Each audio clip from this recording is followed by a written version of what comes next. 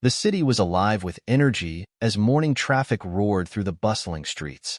Towering skyscrapers reflected the bright sunlight, and honking horns filled the air as people rushed to start their day.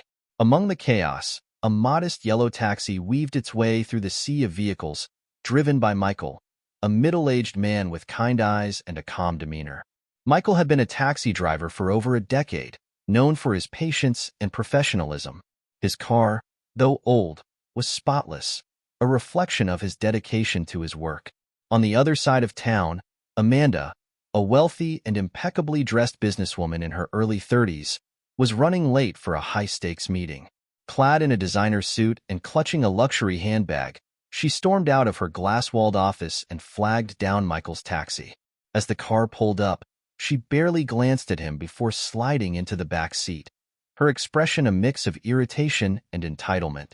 "Finally, I thought I'd never get a cab," Amanda muttered, already tapping away on her phone. Michael nodded politely, saying, "Good morning, ma'am." "Where to?" Amanda sighed dramatically and rattled off the address of an upscale conference center. "And please hurry. I can't be late," she added curtly, without looking up. The tone was set for an uncomfortable ride. As Michael navigated through the congested streets, Amanda's irritation grew. She glanced around the interior of the taxi and wrinkled her nose. "Don't you ever think about upgrading this car? It's so outdated," she said, her voice dripping with condescension. Michael smiled faintly in the rearview mirror. "It gets the job done, ma'am. That's what matters most." Amanda scoffed. "Well, people like me expect a certain standard, you know? Not everyone is okay with just getting the job done."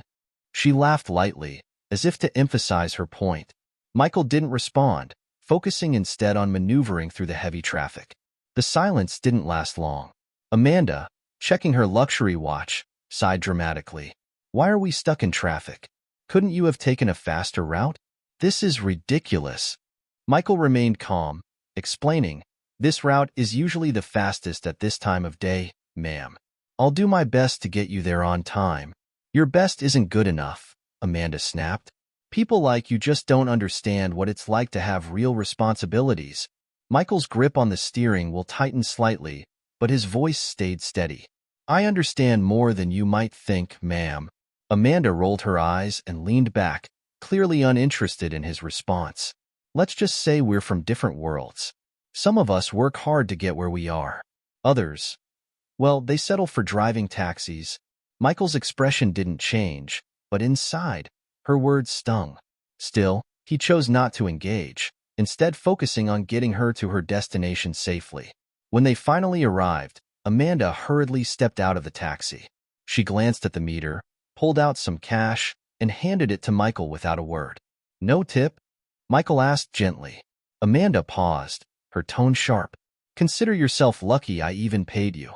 People like you should be grateful for the work you have." Michael's polite smile never wavered.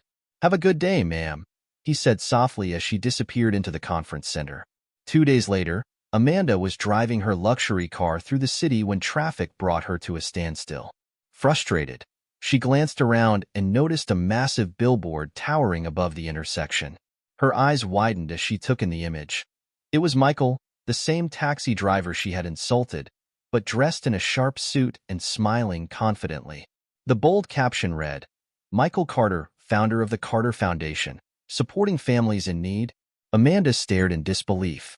Beneath the caption, the billboard highlighted Michael's achievements: funding education for underprivileged children, providing housing for homeless families, and supporting community healthcare initiatives. Her mind raced as she recalled their interaction in the taxi. The man she had belittled was a respected philanthropist who had changed countless lives. Amanda couldn't shake the image of Michael from her mind. She felt a wave of guilt and embarrassment wash over her as she remembered her harsh words. "People like you should be grateful," she had said. Now, it was clear that Michael was the one making a real difference in the world. Determined to make amends, Amanda decided to attend a charity gala hosted by the Carter Foundation. The event was held at an elegant venue, with hundreds of guests gathered to support Michael's mission.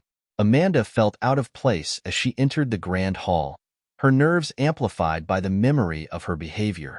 Michael took the stage, delivering an inspiring speech about the importance of kindness and humility.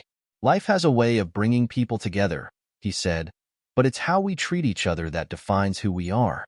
The audience erupted in applause as Michael concluded, his words resonating deeply with Amanda.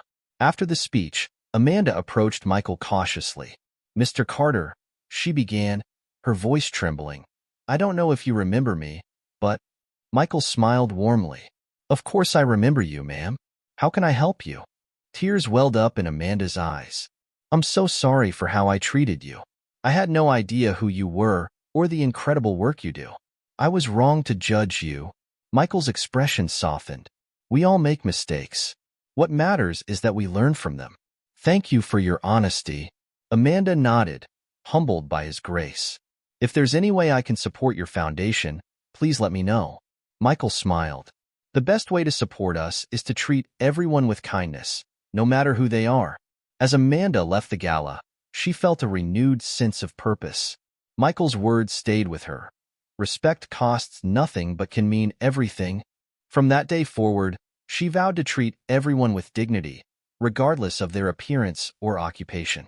The story ends with a message for the audience. We never know someone's true story. Kindness and respect can change lives, including our own. What would you have done in Amanda's place? Share your thoughts in the comments below and subscribe for more inspiring stories.